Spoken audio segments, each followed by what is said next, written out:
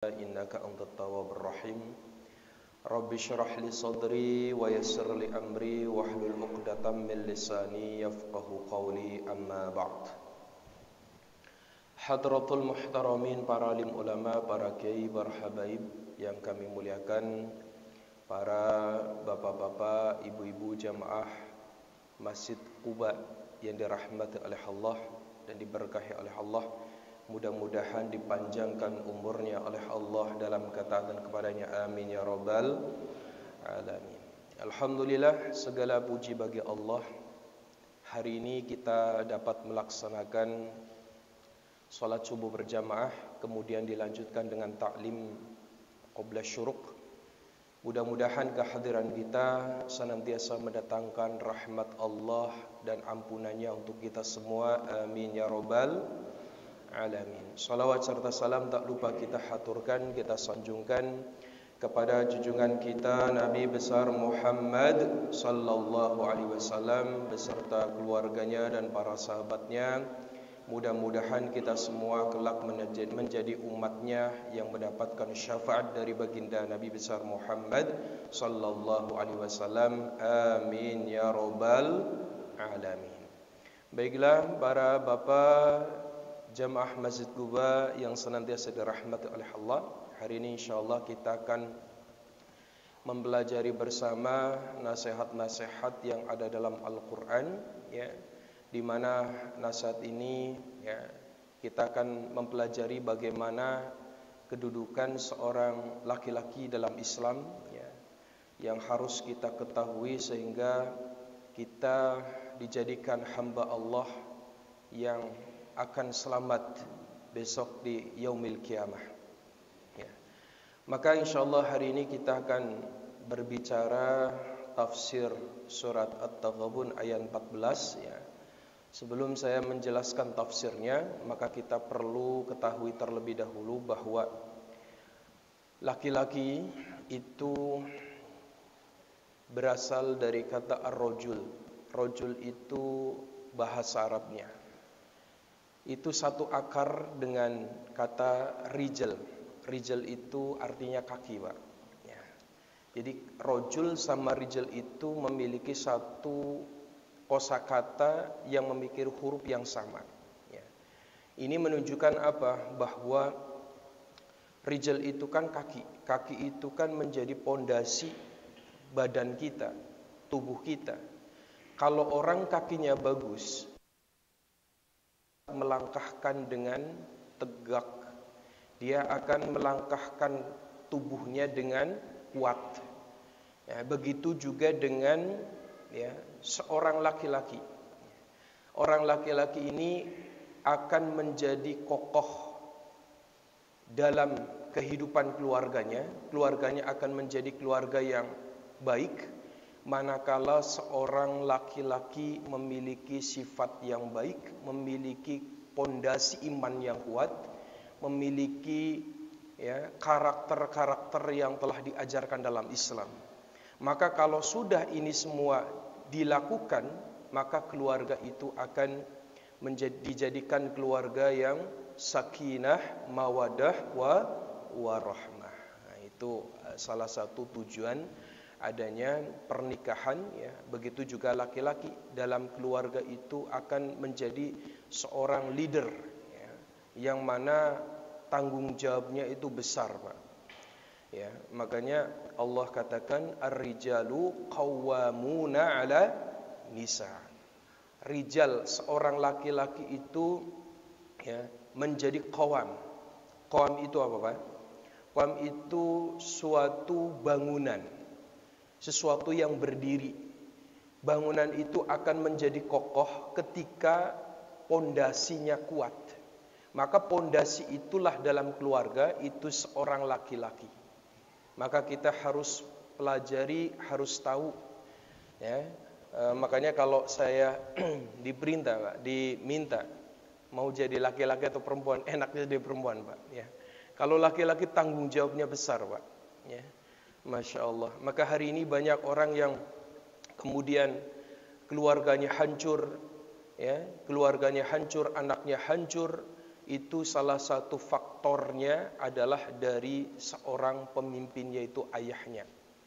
Maka kita ini adab kita dalam Islam, seorang laki-laki adab terhadap keluarganya salah satunya harus memiliki kekuatan dalam beragama, memiliki agama yang kuat. Kalau seorang sudah memiliki agama yang kuat, insya Allah ya, keluarga akan senantiasa dipenuhi dengan keberkahan dari Allah Subhanahu wa taala.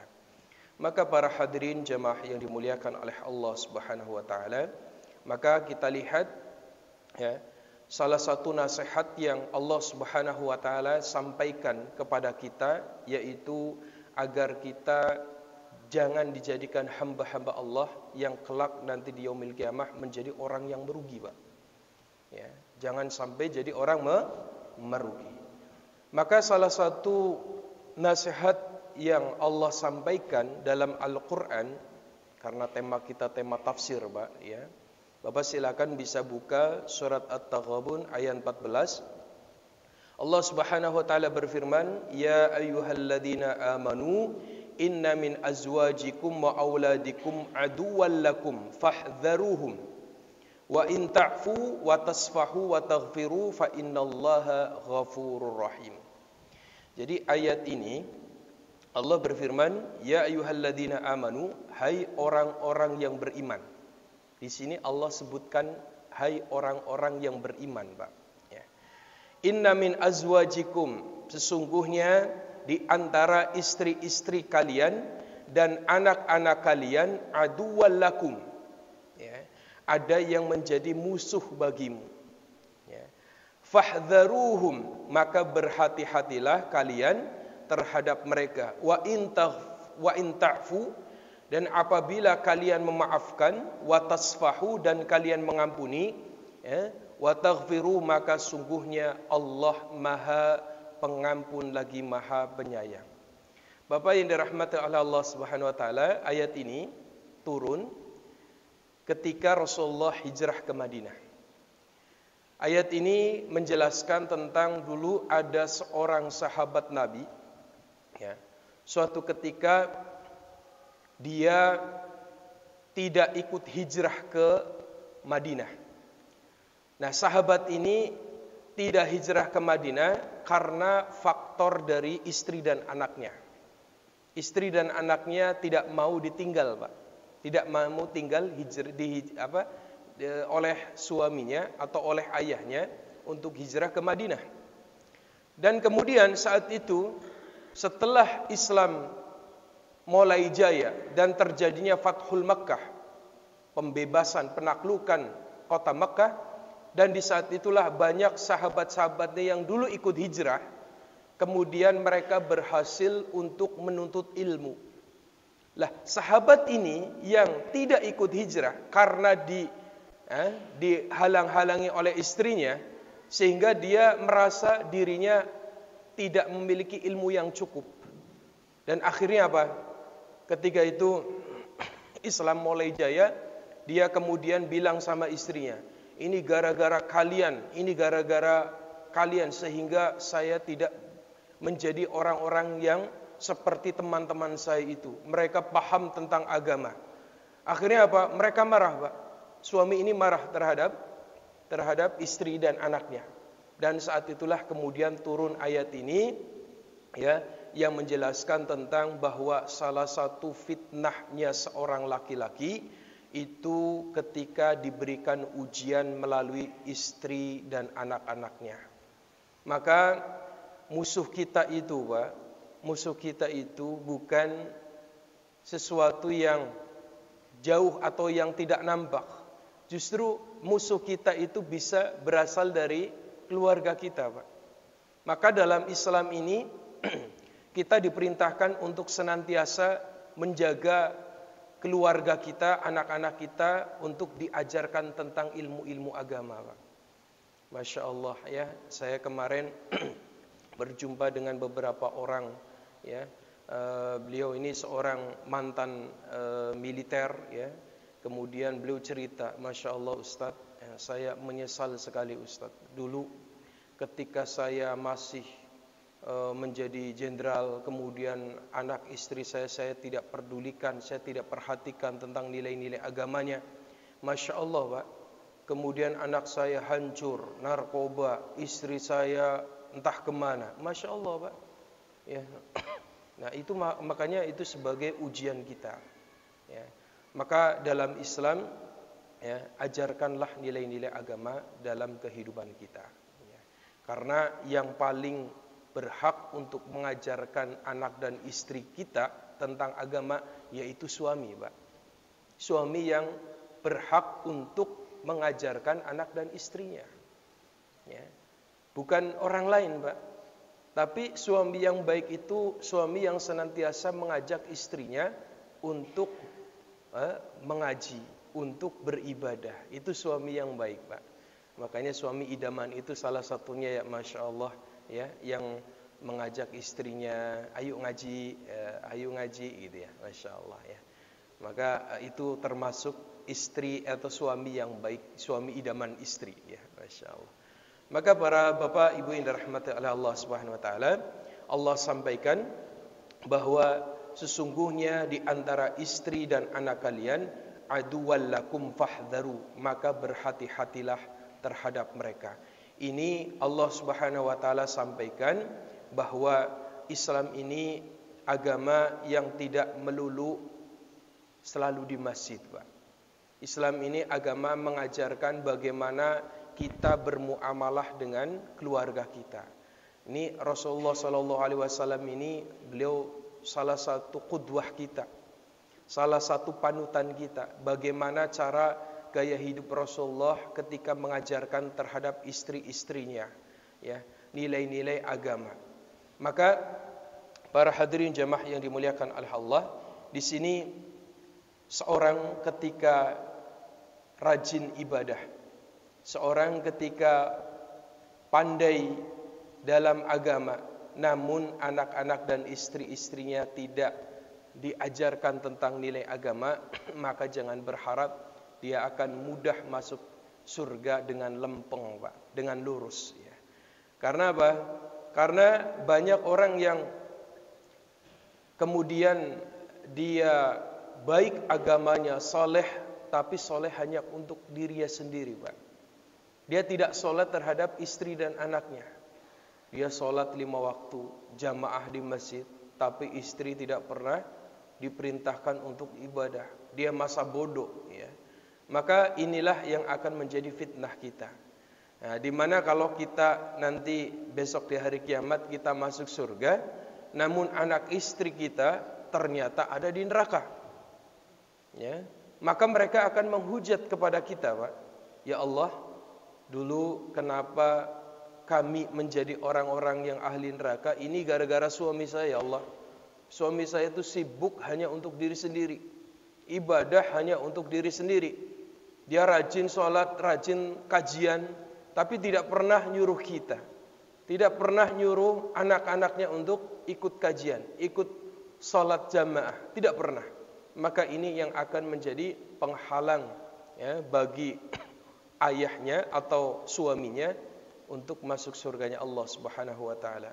Maka para hadirin jamaah yang dimuliakan oleh Allah, Allah sampaikan dalam ayat lain, Allah mengatakan dalam surat Tahrim, qu anfusakum wa ahlikum nar. Di sini, Pak, kita lihat konteks ayat ini.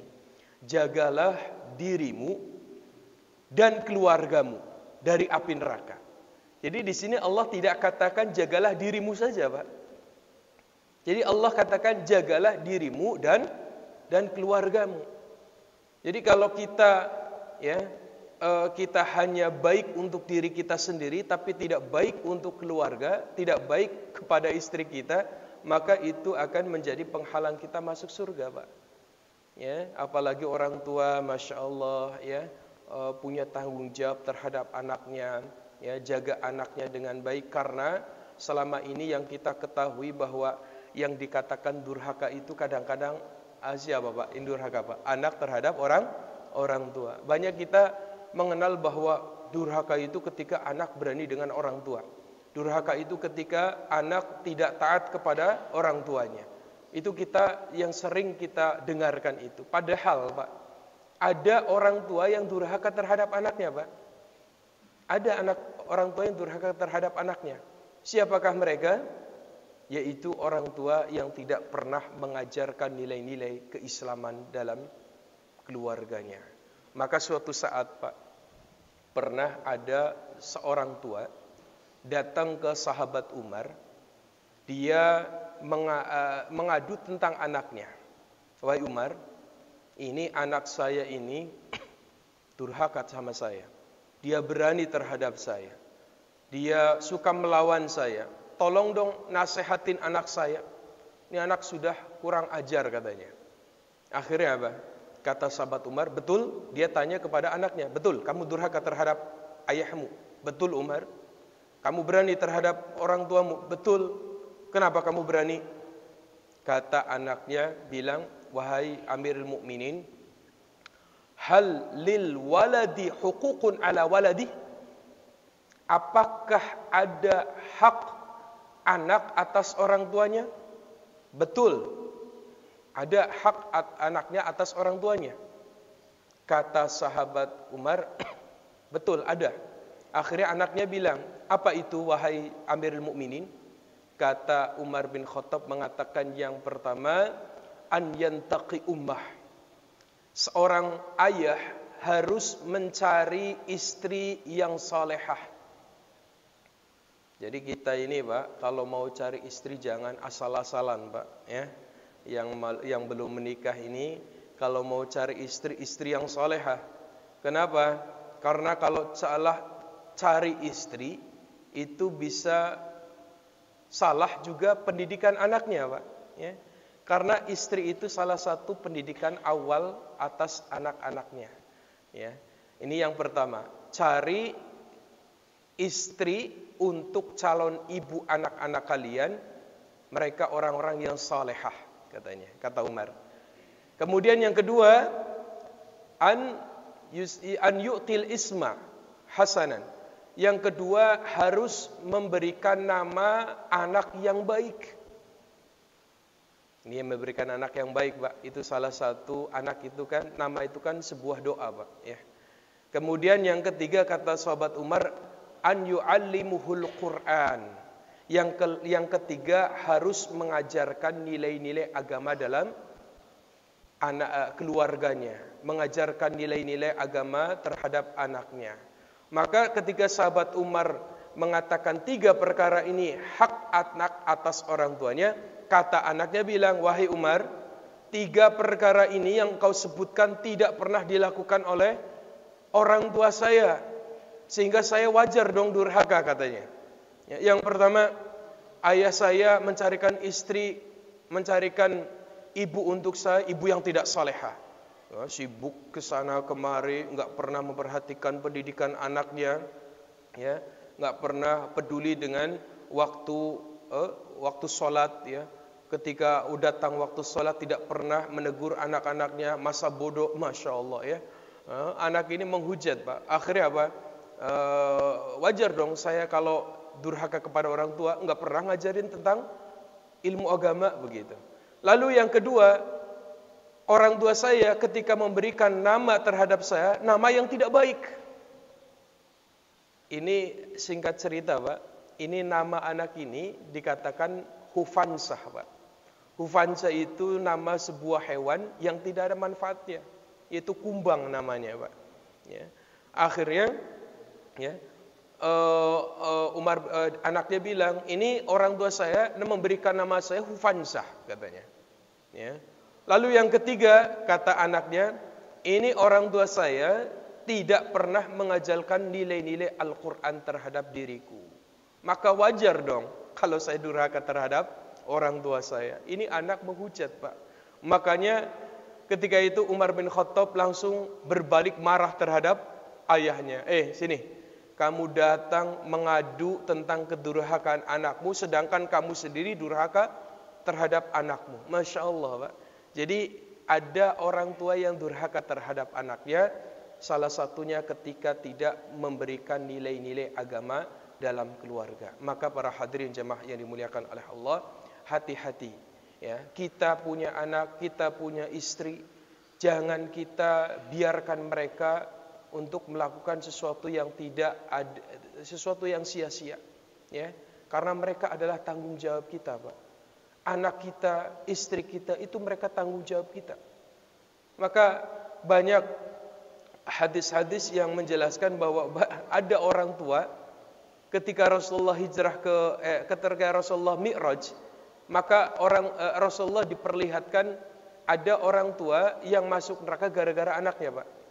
Dia soleh, dia rajin, ibadahnya Masya Allah. Tapi ketika anaknya datang waktu sholat tidak pernah ditegur. Masa bodoh. Datang waktu zuhur tidak pernah ditegur. Datang waktu maghrib, asar tidak pernah ditegur. Maghrib tidak pernah ditegur.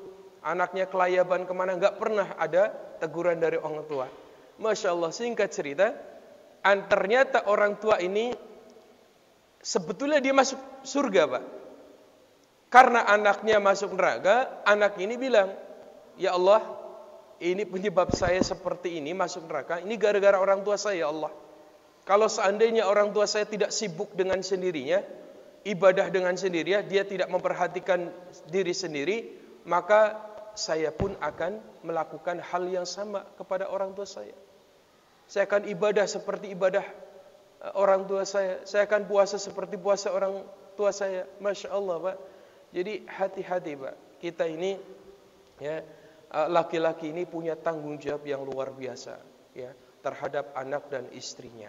Maka para hadirin jamaah yang dimuliakan oleh Allah Subhanahu wa taala, ya, maka di sini nasihat yang Allah sampaikan bahwa hati-hatilah hai orang-orang yang beriman. Kenapa Allah sebut dengan orang-orang yang beriman?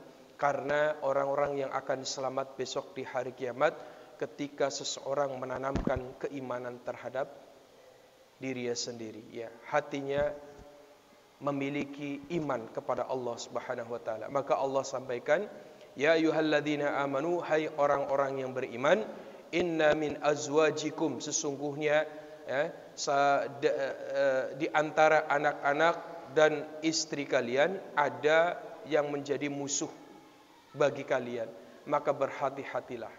Maka kita ini, Pak, ya, jangan sampai kita membiarkan keluarga kita dalam kemaksiatan kepada Allah. Kita memiliki tanggung jawab besar, Pak. Ya, anak kita, apalagi kita hidup di kota, ya, Masya Allah, kemaksiatan yang begitu mudah dilakukan, ya. Maka kita perhatikan anak-anak kita, kita kontrol anak-anak kita. Jangan sampai kita biarkan, ya, Masya Allah. Makanya Rasulullah sallallahu alaihi wasallam menyampaikan, kullukum ra'in wa kullukum mas'ulun an ra'iyati. Setiap dari kalian adalah pemimpin. Laki-laki adalah pemimpin bagi keluarganya. Lelaki pemimpin bagi keluarga, dan kelak akan ditanya tentang apa yang telah dipimpinnya. Makanya ar-rajulu ra'in fi ahli wa huwa mas'ulun an ra'iyati. Seorang suami itu atau seorang ayah menjadi pemimpin keluarganya, dan dia akan ditanya apapun, ya, yang pernah dipimpin dalam keluarga. Maka kita ini, Pak, ya, kita ini hidup kita ini tidak melulu di masjid saja, Pak. Hidup kita ini tidak melulu di masjid. Hidup kita ini tidak melulu memperhatikan diri kita sendiri, Pak. Karena agama itu dipenuhi dengan kesempurnaan, ya. Maka kalau kita tidak baik terhadap keluarga, kita baik hanya untuk diri sendiri, jangan berharap kita masuk surga dalam keadaan lurus, Pak. Ya. Maka suatu ketika Rasulullah sallallahu alaihi wasallam pernah ditanya oleh sahabat Nabi, ya Rasulullah, bagaimana kalau ada seseorang sholat 5 waktu tidak pernah ditinggalkan, jamaah selalu dilakukan, qiyamul lail dia lakukan, dia sedekah, puasa rajin, puasa Senin Kemis, ya, puasa Ayyamul Bait, ya, puasa-puasa dia lakukan. Ya. Kira-kira ini orang kira-kira masuk kemana, ya Rasulullah? Kata Rasulullah, waktu itu Rasulullah mengatakan dia masuk surga kalau dia amalnya baik. Sahabat ini bertanya, ya Rasulullah, namun kalau orang ini dia ternyata tidak baik dengan tetangganya, dia suka menyakiti dengan tetangganya, kira-kira dia masuk kemana ya Rasulullah? Kata Rasulullah, hiya finnar, dia masuk neraka. Na'udzubillah min dzalik, Pak. Ya, jadi agama ini tidak melulu ketika kita berada di masjid saja, Pak. Kita harus baik, di luar pun harus baik. Kita harus jaga kewajiban-kewajiban orang lain terhadap kita, ya. Terutama keluarga kita, Pak, ya. Masya Allah. Di sini dikisahkan ada seorang yang rajin beribadah, tapi dia tidak baik terhadap orang lain, suka mencaci maki orang lain, maka dia termasuk penghuni neraka. Na'udzubillah min dzalik, Pak. Makanya kita ini harus dijaga betul-betul, Pak. Ya, dijaga betul-betul bagaimana kita memiliki tanggung jawab atas keluarga kita. Jangan sampai kita biarkan anak istri kita dalam keadaan melakukan kemaksiatan kepada Allah Subhanahu wa taala. Para hadirin jemaah yang dimuliakan oleh Allah Subhanahu wa taala, maka Allah sampaikan di sini, ya, wa in ta'fu wa tasfahu wa taghfiru fa innallaha ghafurur rahim. Dan apabila kalian memaafkan dan mengampuni, ya, atas perbuatan keluarga kalian, istri-istri dan anak kalian, fa innallaha ghafurur rahim, maka sesungguhnya Allah Maha Pengampun lagi Maha Penyayang. Ini maksudnya apa? Kita mungkin punya istri, punya anak yang, mohon maaf, jauh dari agama.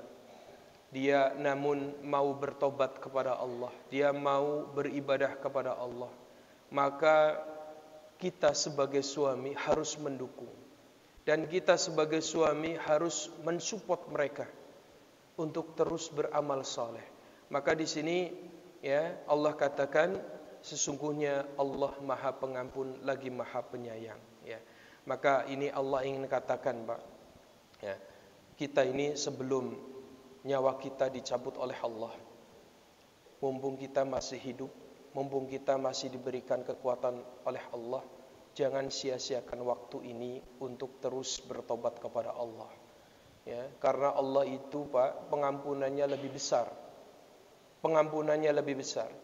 Sebesar apapun kesalahan yang telah kita lakukan, kalau kita datang kepada Allah dengan meminta ampunan, kita bertobat, sebesar dosa apapun pasti Allah akan ampuni. Maka, Pak, mumpung masih kita ada kesempatan, ya, terus jaga istri kita, anak-anak kita, ya.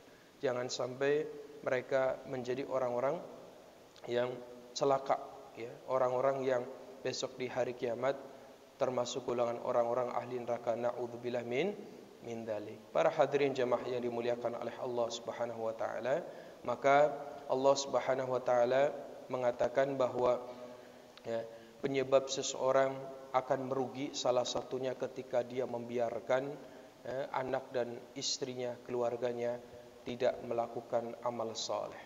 Maka ini salah satu tafsiran dari ayat ke-14, ya, bahwa kita ini harus jaga mereka. Jangan sampai kita celaka besok di hari kiamat gara-gara istri dan anak kita. Maka di surga, Pak, di surga ini insyaallah kita ini tidak akan cuma berjumpa di dunia saja, Pak. Kita insyaallah akan di surga akan berjumpa dengan teman-teman kita, Pak.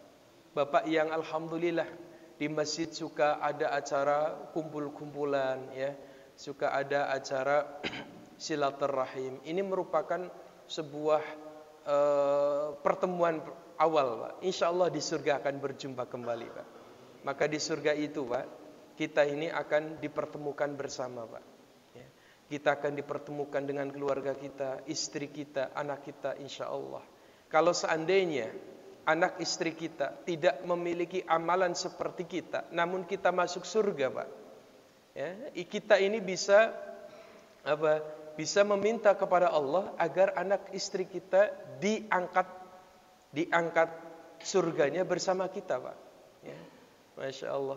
Maka subhanallah, Pak, ini ada sebuah hadis, ya, di mana ketika seseorang masuk surga, kemudian dia ketika dia masuk surga, dia nyari Pak, anak istrinya. Mana anak saya, mana istri saya. Ternyata surganya di bawahnya dia Pak. Karena surga itu bertingkat-tingkat. Ya. Surga itu bertingkat-tingkat sesuai dengan amalan seseorang. Ya.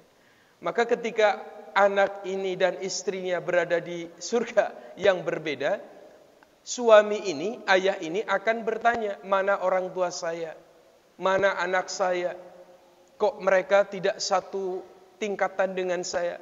Ya Allah, angkat derajat mereka ya Allah. Maka mereka akan diangkat derajatnya, masuk ke dalam surga bersama ayah dan istri dan anaknya. Masya Allah Pak. Maka para hadirin jamaah yang dimuliakan oleh Allah Subhanahu wa taala, maka jangan sia-siakan masa umur kita, hidup kita di dunia. Hidup itu cuma sementara kok Pak, sebentar. Paling Pak. Kata Rasulullah, baina sittin wa sab'in, sampai 70 tahun. Ya, 60 tahun sudah pada meninggal dunia. Maka kita ini harus betul-betul merenungi diri kita. Masya Allah, hidup itu hanya sementara. Maka jagalah anak dan keluarga kita dari api nerakanya Allah Subhanahu wa taala. Maka para hadirin jamaah yang dimuliakan oleh Allah Subhanahu wa taala, maka ayat selanjutnya di dalam surat At-Taghabun, ayat selanjutnya yaitu ayat ke-15, Allah sampaikan, innama amwalakum wa auladukum fitnah wallahu indahu ajrun adim. Dan sesungguhnya harta kalian, anak-anak kalian itu menjadi ujian untuk kalian, dan Allah memiliki pahala yang sangat besar. Ini teguran untuk kita semuanya Pak, ya, bahwa ada di antara kita yang mungkin memiliki anak yang tidak baik, ya, itu merupakan ujian kita Pak. Maka ujian kita ini ada dua yang Allah sebutkan di sini, yaitu dari harta kita dan anak-anak kita. Kenapa Allah katakan anak itu sebagai ujian? Karena banyak orang-orang yang dia terprosok dalam kemaksiatan, dia jatuh dalam kemaksiatan disebabkan karena anaknya Pak. Itu orang-orang korupsi, orang-orang yang memakan uang haram. Itu mereka berani mengambil uang haram itu karena apa Pak? Karena terpaksa dengan anaknya Pak. Karena terpengaruh dengan anaknya. Masya Allah nih, ya. Maka Allah Subhanahu wa taala mengatakan itu sebagai fitnah, harta sebagai fitnah, anak-anak sebagai fitnah, semuanya adalah ujian. Maka hati-hati, wallahu indahu ajrun adim, dan Allah memiliki pahala yang sangat luas. Maka Allah Subhanahu wa taala menyampaikan, ya, salah satu ujian manusia yaitu ketika mereka diberikan ujian melalui anak, diberikan ujian melalui hartanya, ya. Maka ini harus kita perhatikan betul. Maka para hadirin jamaah yang dimuliakan oleh Allah, ya, kenapa Allah sebutkan melalui harta? Banyak orang-orang yang dulu dia orang tidak punya, dia orang miskin, tetapi ketika Allah berikan harta, dia lupa terhadap kewajibannya. Bapak tahu Qarun? Tahu Qarun? Qarun itu dulu rajin Pak. Dia taat. Kalau sholat paling depan Pak. Tapi dia diberikan kemiskinan Pak. Diuji dengan kemiskinan. Akhirnya apa? Qarun meminta Nabi Musa agar didoakan menjadi orang kaya. Dan Qarun betul didoakan oleh Nabi Musa. Ternyata setelah didoakan dia menjadi kaya Pak. Lama-lama nggak pernah ke masjid Pak. Ya, Masya Allah, ini Qarun Pak, ya. Maka salah satu ujian kita bisa melalui harta. Orang dilalaikan terhadap Allah, itu salah satu. Dulu ya, ada sahabat Nabi Pak, namanya saya lupa namanya, Fulan ya, Sulaib, lupa namanya. Nah, sahabat ini kalau sholat Pak, selalu dia ada di saf di belakangnya Rasulullah Pak. Dan Rasulullah itu pasti beliau mengabsen satu-satu Pak. Ini hebatnya Rasulullah Pak. Mengabsen satu-satu dari ujung ke ujung dilihat, Masya Allah. Itu setiap sholat seperti itu, Pak. Suatu ketika ada sahabat Nabi yang kalau sholat itu habis sholat selalu pergi, Pak. Habis sholat selalu pergi. Setelah sholat dia pergi, nggak tahu kemana. Rasulullah mencermati, Pak. Ini orang ini kok kalau sholat selalu keluar gitu. Keluar duluan, tidak zikir duluan gitu kan. Akhirnya apa? Rasulullah besoknya tanya, "Hei fulan, kenapa kamu setelah sholat kok suka pergi? Apakah kamu gak suka zikir gitu? Apakah kamu tidak suka dengan wiridan?" Kata dia, "Ya Rasulullah, demi Allah, saya ini orang miskin ya Rasulullah. Saya ini punya kain cuma satu ya Rasulullah, yang saya pakai ya Rasulullah. Ini kalau saya sholat harus bergantian, sarung saya cuma satu," katanya. "Kalau saya setelah sholat saya pulang ke rumah, nanti gantian istri saya menggunakan sarung yang saya pakai ya Rasulullah." Jadi kayak gitu, Pak. Suatu ketika, oh begitu, iya. Akhirnya sehingga saya harus pulang duluan, karena kalau saya ikut wirid di sini, zikiran di sini ya Rasulullah, nanti istri saya bisa kehabisan waktu. Suatu ketika dia minta, "Ya Rasulullah, engkau kan Rasul, engkau kan Nabi, dekat dengan Allah, pasti doanya makbul." "Iya, betul. Ada apa?" "Tolong doakan saya deh, biar saya nggak meninggalkan wiridan gitu ya. Tolong doakan saya agar saya cepat kaya gitu, agar saya menjadi orang kaya." Akhirnya apa, Pak? Rasulullah mendoakan, Pak. "Ya Allah, berikanlah si fulan jadi orang kaya." Masya Allah, jadi orang kaya beneran, Pak. Tapi Masya Allah, setelah dia jadi kaya, Pak, ya, setiap datang waktu sholat, lama-lama tertinggal di saf belakang, lama-lama tertinggal saf belakang, sampai beberapa hari tidak muncul di masjid, Pak. Akhirnya apa? Rasulullah tanya, "Ini mana sahabat ini, fulan ini? Kok tumben sekarang sudah nggak pernah sholat di masjid lagi?" Kata teman-temannya, "Rasulullah, ini orang sekarang sudah jadi orang kaya ya Rasulullah. Dia itu sibuk mengembala kambingnya." "Wahai hak," kata Rasul, "celaka kamu wahai fulan." Masya Allah, Pak. Makanya salah satu fitnah kita ketika kita diberikan ujian harta oleh Allah, ya. Maka dari itu hati-hati, Pak. Harta yang kita miliki itu pada hakikatnya bukan milik kita. Itu adalah titipan Allah gitu ya. Dan kita selalu ingat bahwa apa yang Allah berikan kepada kita, suatu saat pasti Allah akan ambil kembali, Pak. Ya.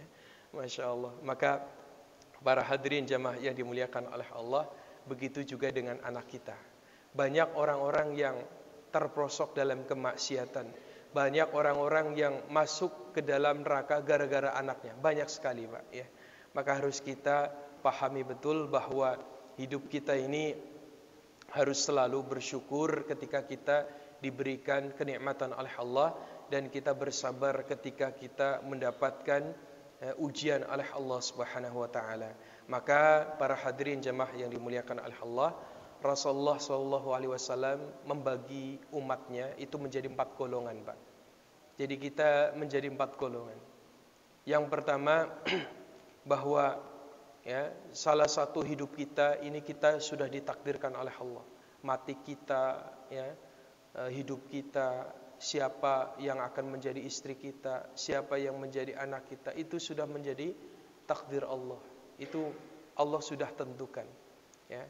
Maka manusia ini tidak akan terlepas dari 4 golongan ketika mereka mendapatkan takdir oleh Allah Subhanahu wa taala. Maka kita ini harus menjadi orang yang soleh. Ya. Rasulullah katakan, "Innal qauma li arbah."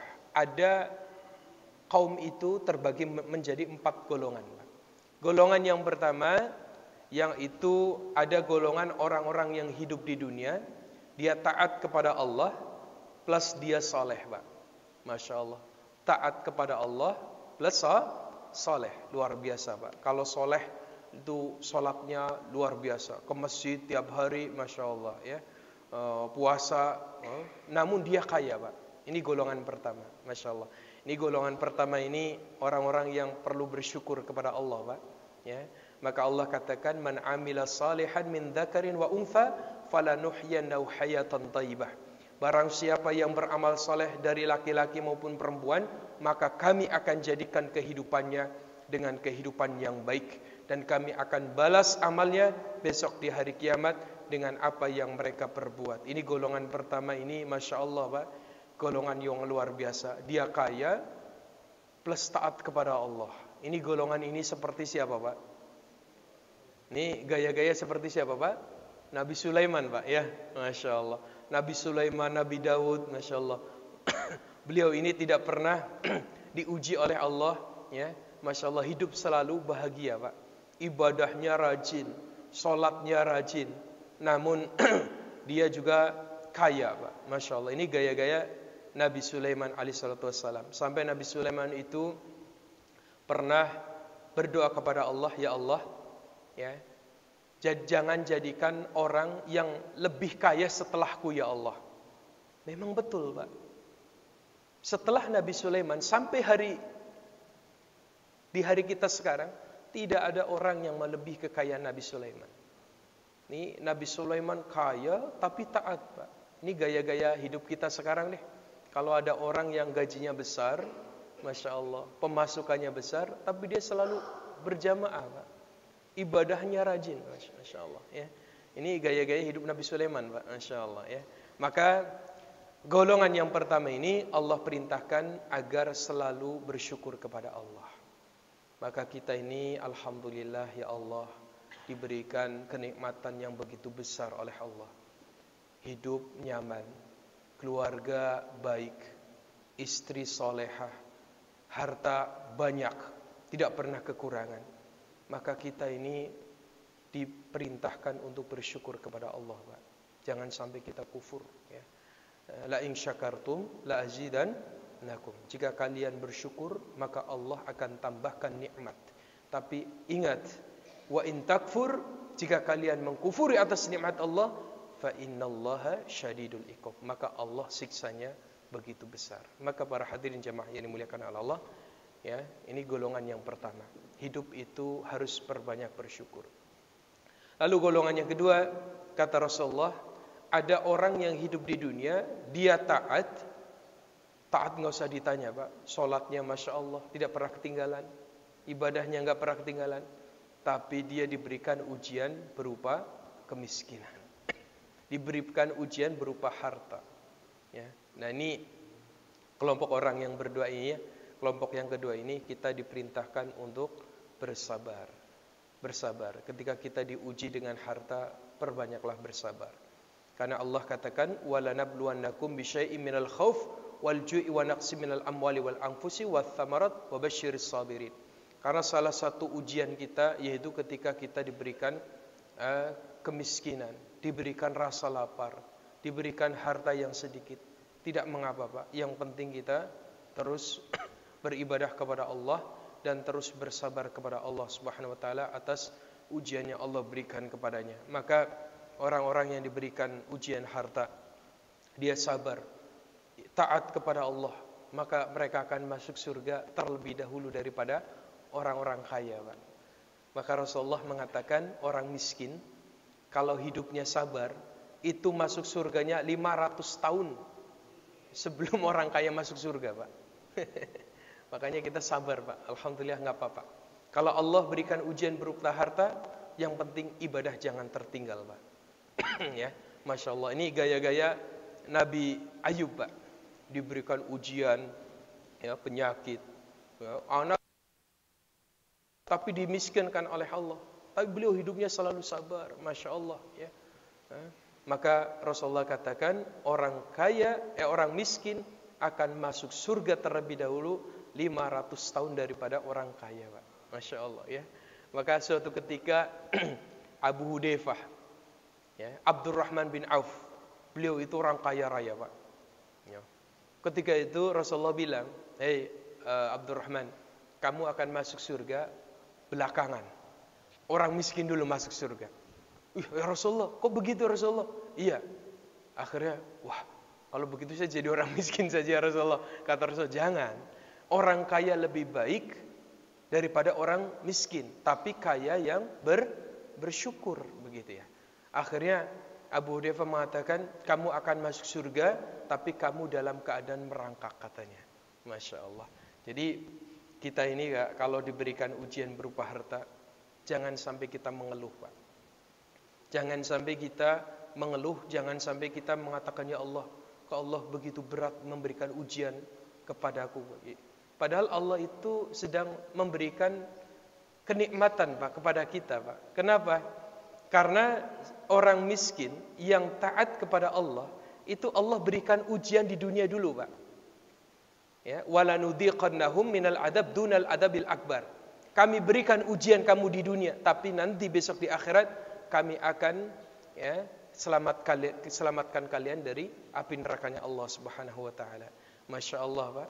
Ini golongan yang kedua, perbanyaklah bersabar. Tadi golongan yang pertama, dia kaya, dia taat, disuruh bersyukur. Golongan yang kedua, dia taat tapi miskin, diperintahkan untuk bersabar. Fabasyiris sabirin. Nah, karena Allah akan memberikan kebahagiaan bagi orang-orang yang bersabar.